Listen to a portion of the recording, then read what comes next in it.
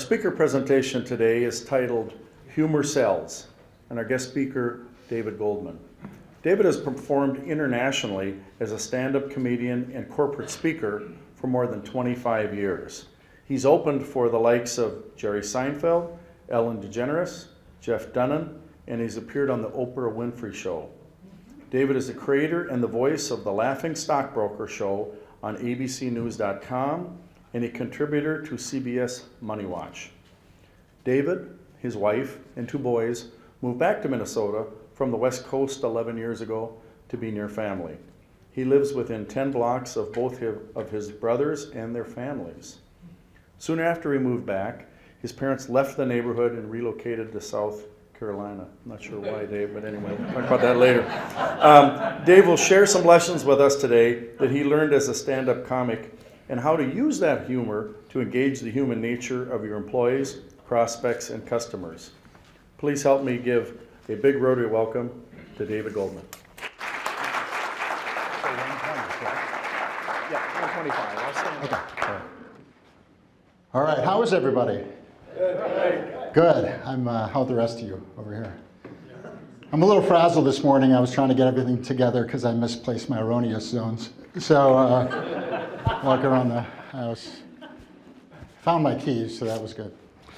So anyway, I am in a good mood because I now have one of my New Year's resolutions still intact. I had 2 yesterday, but one was to not play practical jokes on my pets. I couldn't help it because my dog was sleeping really quietly. I stuck her paw in warm water. I tried the same thing to my wife's cat. He jumped on my bed and peed on my pillow. So the one that I have intact is eating healthy, going to Weight Watchers. Anybody go to Weight Watchers? It's not a very guy-friendly place. This is the guy with the weapon. That's why I'm not saying anything. Are you like an officer or something? He's the what? Chief of Police. Okay, explains the haircut. Just kidding. Just kidding. It's really funny until I get pulled over. If you see a Subaru with a gun rack, that's me. So anyway, I go to Weight Watchers once a week. I feel pretty good. And they give you these little trinkets every time you go. I said, what are these for? They said they're charms for a charm bracelet. And so I got a bunch of these, and I'm only 1 charm away from being Liberace, which is pretty good. Now my son said to me, my teenage son said to me, Dad, you look pretty good, but maybe you should get a toupee. Yeah. The problem is if you get a toupee, you pretty much have to move to a new town. You can't show up to work the next day expecting nobody's going to notice. Yeah, I was like, hey, Dave, you look pretty good. Is that a new shirt? Hey, nice charm bracelet. Looks pretty good. Would this fly in Denmark? I'm not really sure about you look on your face. That's okay. I didn't know they had guns in Denmark. You're going to be the only guy. So anyway, one of the things I learned over time is to combine humor and business. So after 10 years on tour, my wife and I were expecting a baby. So I learned about things that are more important, like health insurance. So I got a job at my father-in-law's with his best friend. I was a stockbroker in 1994 for Shears and Lehman Brothers. I learned to combine humor and laughter to engage the human nature of people. And it's the people right now who can connect on a personal level. They're going to be the most successful, especially with all the noise that's going on in our society. So young people like yourself, how old are you? Is it Nicholas?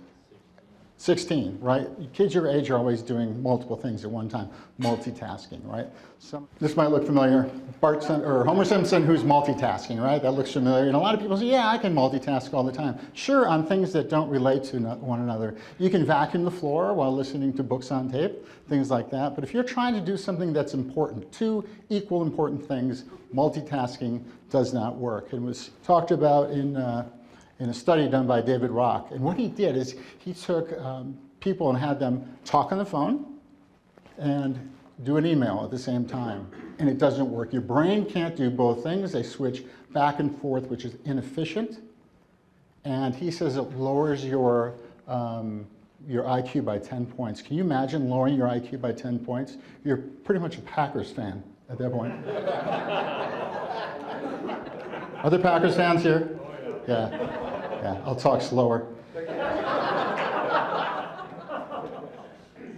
And then the next book that I read is called Overload, where he talks about how too much information is hazardous to your organization. Now we have so much information coming at us at one time that each time you get interrupted for, let's say, 30 seconds, it could take you 3 to 5 minutes to get back on track. Now, if you don't believe me about multitasking, I encourage you to try this. I want you to try it at your whiskey tasting night. That would be. So what it says is, if you fall backwards while texting, I'll catch you while checking my email. So it doesn't work. 40% of managers say that the work environment, because of all this information, is extremely stressful on a day-to-day basis. 40%. 60% of managers were not polled for this study. It's a math joke, I thought.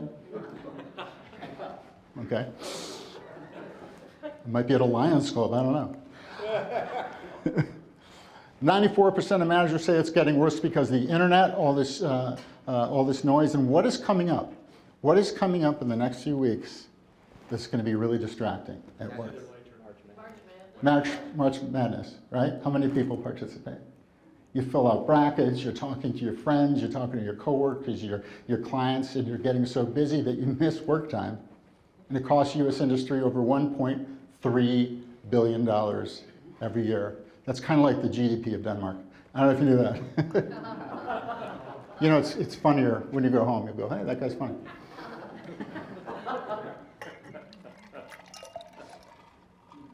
So, all right. So the next thing is the amount of stress that we have. Anybody have stress? Anybody stressed out at work? A few of you, right? Now, this is funny. It's supposed to be relieve stress. He's coloring in between the lines. That's kind of cute.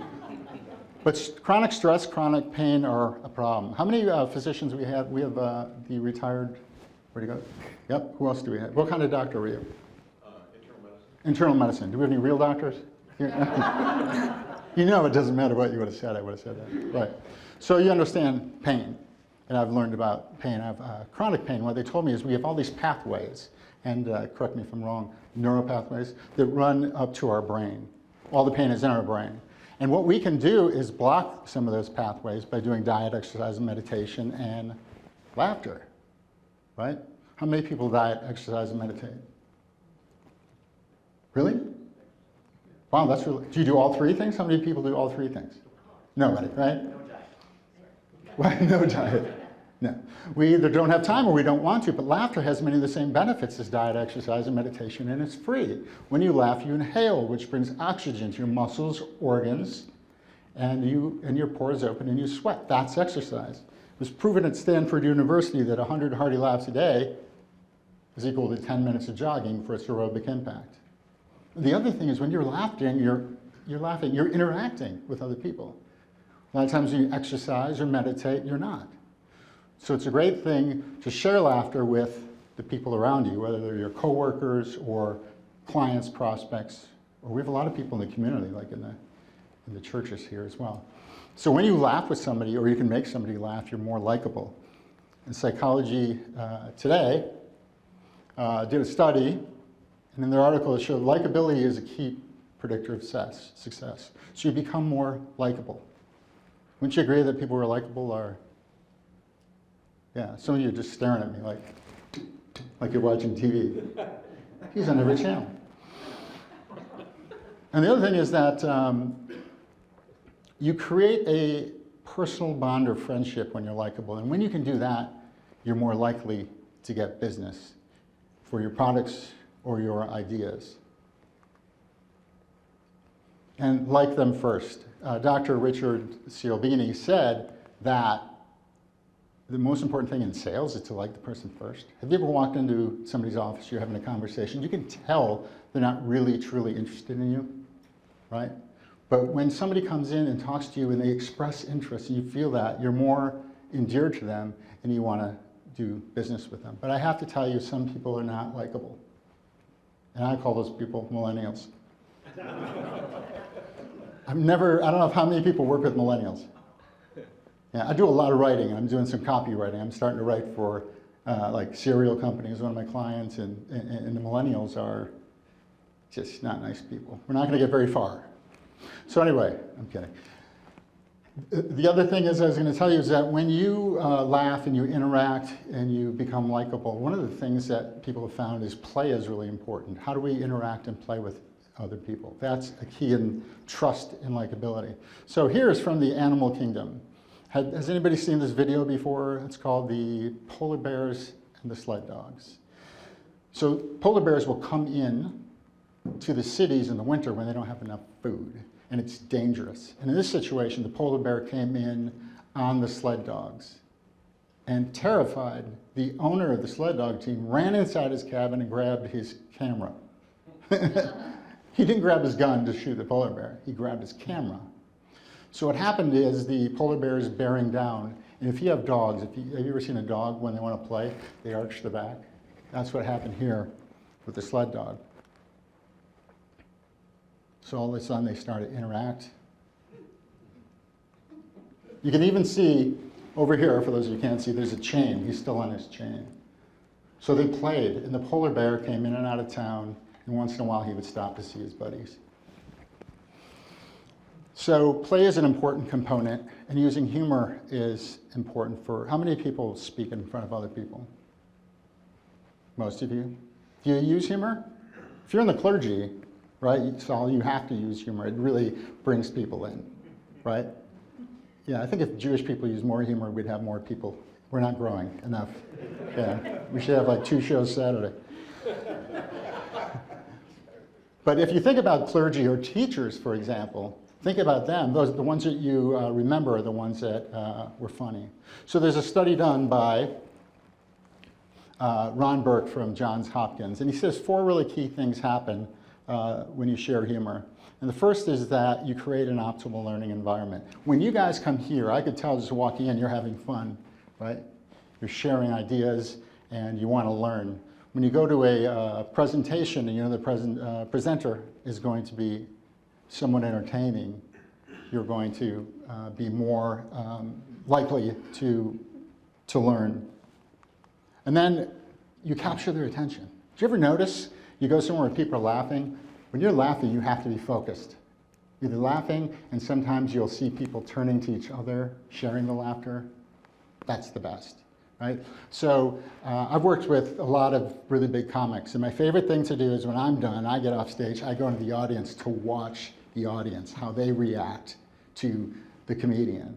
One of my favorites is Jeff Dunham, who I've worked with a bunch of times. Everybody know Jeff Dunham? If you don't, he's a ventriloquist. So he talks with his voice and he moves his hand to make the voice come out of one of his dummies. The funny thing about that is many times the people are laughing, but when they get mad at the dummy. Usually they're drinking, but they literally get mad at the dummy.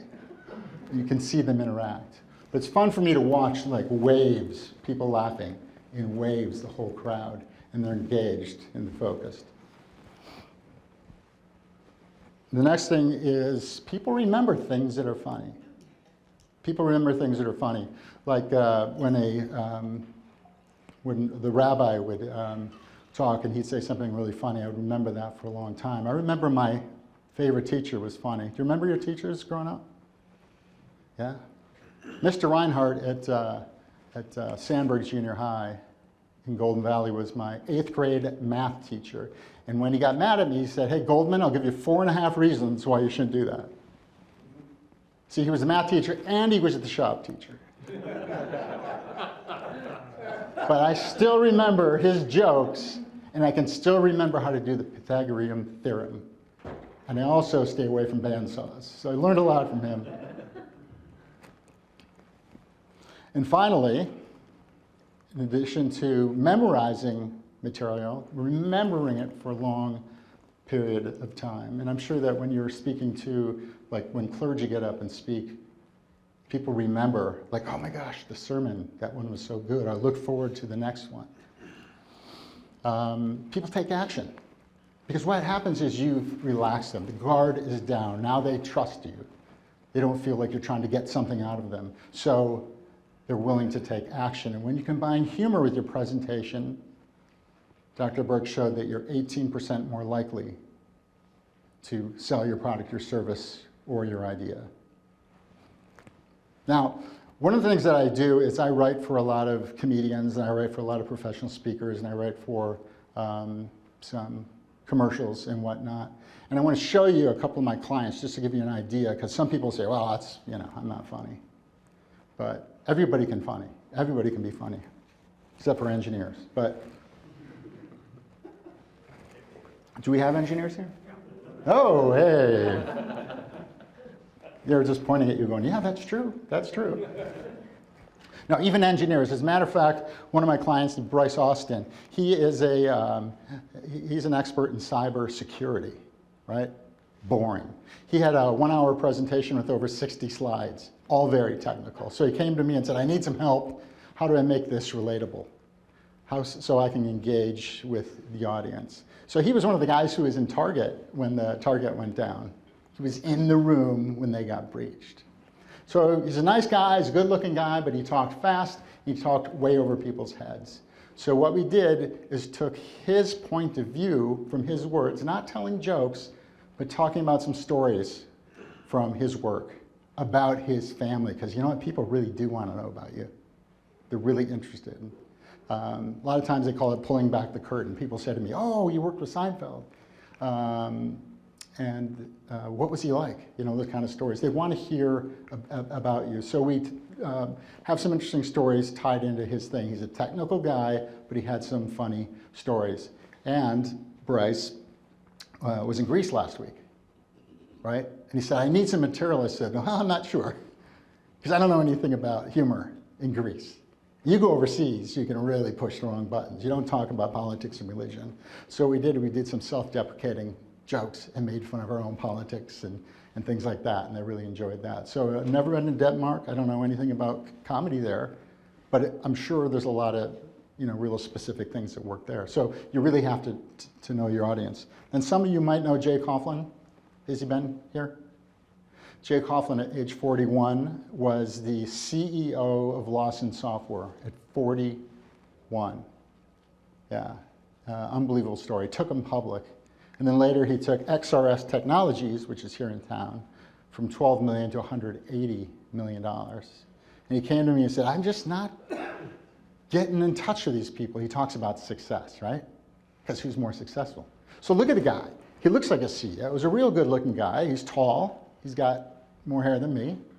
He has full head of hair. And he's just dripping CEO. So I said, I listened to your tape, and they give you all these accolades, and you go up and talk about success. Everybody in the audience is going, yeah, you're successful, look at you. So I had him open up with a story about his childhood, being a poor kid in Philadelphia, having nothing. And then he went to community college. Most CEOs go to Ivy League. So he endeared people to him, and he was relatable. A lot of times you forget that our stories are actually interesting to other people. Share the stories that your spouse, your partner, or friends at the barbecue or at the pool bar will say, hey, tell them that story about the time when you, because you have a lot of interesting things that happen to you. So what I do for my clients is I extend their stories, right? Because there's a lot of funny in there that you don't even know, right? So it's in you. And I can get you resources for writing comedy as well.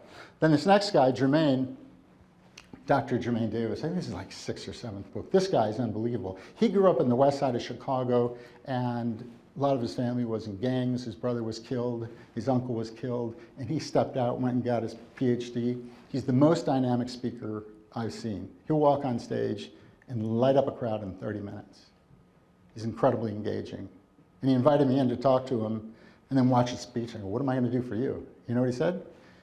He said, I want to take some of my stories and extend those, learn how to craft those, right? So it doesn't matter who you are, there's humor from your point of view, right? You don't go up and tell jokes. You have to know your audience. That's really what I'm trying to say. So I went to a Catholic high school. My mom was a teacher there. And being Jewish, it was kind of weird. I went to confession, and it's like, what do you say? Forgive me, Father, for I've sinned. I paid retail. Don't have time for my Pope joke, but that scares the heck out of me every time I see that. Yeah, it's about putting things in perspective, not taking yourself so seriously. My father said that you don't necessarily have to have the best of everything, you need to make the best of everything. And he said that when I asked for a raise in my allowance. My father was he passed away last year, and went to his funeral in South Carolina, and everybody said the same word, and was play. He was playful. You know, he was a lot of fun to be around. People trusted him. He was a great guy. And it was interesting because he wanted his ashes spread out in 2 places. The first back in Iowa on a family farm, and we spent a lot of time with the animals. Then the next place was in South Carolina. Has anyone been to South Carolina? Wow. We're like where? Hilton Head, okay. From North Carolina, so most of South Carolina. Okay, so Beaufort, do you know Beaufort? Yes. So Beaufort is, oh, you know what, is a beautiful old Victorian seaport. My family's been there since the mid-1800s. My dad used to spend time with my mom's family and fish. He loved to fish. And there was a place that he'd stop in the salt water in the marshes where porpoises would swim around. And he told his best friend that's where he wanted the other half of his ashes spread. And we did that. We were in this little boat, and as we were spreading the ashes, porpoises came out of the water, which was amazing. Yeah. So whenever I think of my dad, I think of this picture.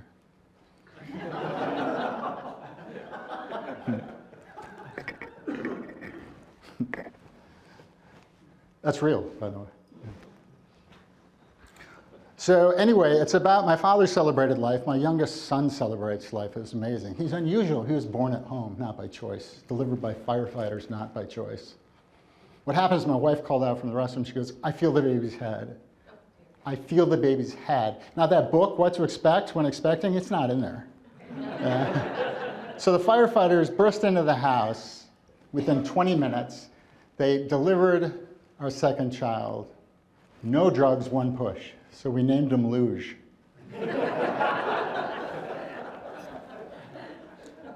And that is Luge as he gets older. This is Max right here. See that kid right back there? He's multitasking. That's what he's doing. That's why he's all grumpy. Anyway, my wife wants another child. She wants a little girl, and I'm obviously too old to do that. We are both too old. I'm 52. And it didn't matter anyway, because after Luge was born, she sent me to the vet. It's okay, I'm less aggressive and I don't wander as much. So we want to have a little girl, and we decide to adopt, which is one of the most beautiful things you can do, to take a child who is unwanted into your life. So we signed up with an agency, and we got this beautiful child, which is really interesting. It's from Washington, D.C. There was a little tryst going on, so it's kind of top secret. I'm sharing it with you, of course. But I don't know if you knew this, but Hillary and President Trump were once very close. Trump gave money to the campaign, but that's not all that happened. That's not the rest of the story. Anyway, because of this, we got our new baby daughter. Okay, thank you. Any questions? We'll do some Q&A. That's not real. I don't want to get in trouble for that. It looks so much like you. Yeah.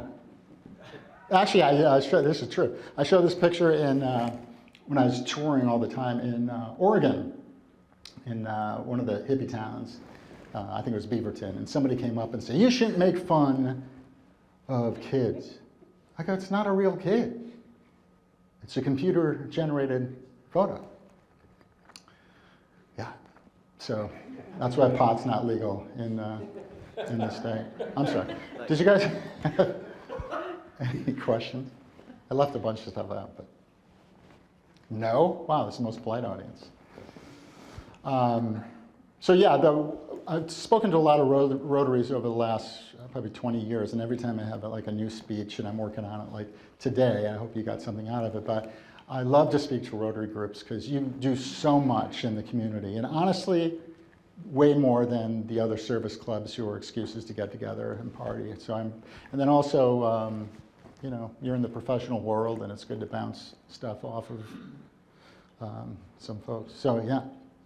There are some people where humor just does not happen, just doesn't come out. What do they do? So some people with humor that just does not happen, what do they do? Okay, between us, one of my clients hired me, he was an economist for the Federal Reserve. And not only is he not funny, he's incredibly offensive. So he said, in an audience, he said, well, if you don't take my advice, don't get mad and come to my house and commit suicide. So you can't say that. You cannot say that. So I fired him. I just said, you got to try, and it's not that hard. It really isn't that hard. I have another woman named Patricia McGinnis who couldn't do humor at all. You might know her locally, and we really worked at it. She's an educator, and she's figured it out, right? It's not about learning stand-up comedy, it's learning to tell your stories and identifying how to structure them so that they're funny. Yeah? So what do you mean when you say you extend your stories? What exactly does that look like? What do I mean by extending their stories? A lot of times when people start to write humor or jokes, technically in the formula, it's you get the setup to the joke, right? And you get another setup and you don't finish it. It can be funnier, right? So people think they're being funny, but there's a lot more room there to create the funny. And I show people how to do that. And there's some great books like Judy Carter's stand-up comedy book. Anything by Judy Carter is wonderful. Comedy Bible. It talks about that, right? So they're kind of funny, playful, but they don't finish that. Also, I help people restructure the speeches. It's like, you know, if you put that story over here, then we can call it back later. What's a call back? It's, I'm one charm away from being Liberace. It's like, nice shirt. Hey, nice charm bracelet. So the stories that go along that can call back, it's about flowing. Yeah. When you talked about helping companies with ads, I mean, typically you got 30 seconds, or, you know, I mean. Right, I would think that's right. challenging. No, that's a good point. You have 30 seconds in an ad. When I started stand-up comedy, it was all about laughs per minute. Trying to get on Tonight Show. You want to get laughs per minute, boom, boom, boom. So 30 seconds is easy for me to do a setup punch or whatever. Yeah, and it was even tighter than that when I wrote for stuff on Instagram for a cereal company. That was a lesson. But yeah, it's really not that hard to do. I just wrote and pitched and wrote a commercial for a local company. But yeah, it's just quick. And when you speak, there's so many wasted words. Like if you saw this speech a couple months from now, it's just going to be super tight and super fast, right? And there's so many wasted words in speeches that we give. And that's easy to cut those out. Same in writing. When you look at people's writing, man. Great thing about Twitter is it forces you to 140 words. Characters, whatever. Did I say words? Yeah. Nobody else corrected me, just two people. Yeah. So there's some formulaic structure that doesn't sound formula type. You know, sometimes you hear someone tell jokes, you're like, oh, that's formula. Seinfeld, Louis C.K., Chris Rock base all their stuff off of formula, which is a good thing. It has to be off formula. But if you listen to like Chris Rock, I'll put my headphones on, walk around the lake and listen to his stuff, and he's brilliant. And then you start breaking it down as a comic and a writer. I go, oh, I see what he did. I see where he went. But they all know how to use the formula. And they're editing. You edit it down till it hurts. Yeah, and that's where the funny comes in a real quick fashion. Yeah. You mentioned you like performing for Rotary because we do so much for the community, while other organizations just meet and party. I didn't say meet and party, but they meet for the sake of meeting. Yeah. I mean, with polio, and I know the history of Chicago, when one person started, I don't remember his name, and they rotated from one business to the next business. That's where Rotary comes from, as I recall. But every Rotary Club has a different flavor to it, obviously, hopefully, but the four-way test is always that and then the drawing. Those are the two things that are most consistent. And then I played like Tacoma, which is 350 people. My question was just going to be, do you have the contact information for those other organizations? Do I have the contacts? What, are you going to recruit them? You know, if you guys aren't busy, you could be Lutheran. That would be great. You know, like back west when I lived in Seattle for a long time was like, I did a Lions Club once and that's ridiculous. No offense, but it was, but Rotaries are absolutely consistent in their basic character and they're doing things in the community. Absolutely consistent. I might be all over 70 years old, like in Port Angeles, Washington, where I wanted to do less than 30 seconds before they all died. I'm kidding, not really. You know, so every group's a little bit different. I don't know if I answered your question at all. One more question?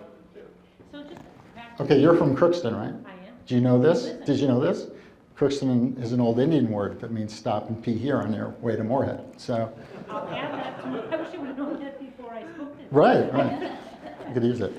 Just sort of practically speaking, so anyone here who ends up going and speaking like in front of a group, what's the first thing to do to think about how you create? Know your audience. Well, even if you know your audience, Okay. then what? First thing you say is really important, right? Right? It's everything you craft is from your point of view.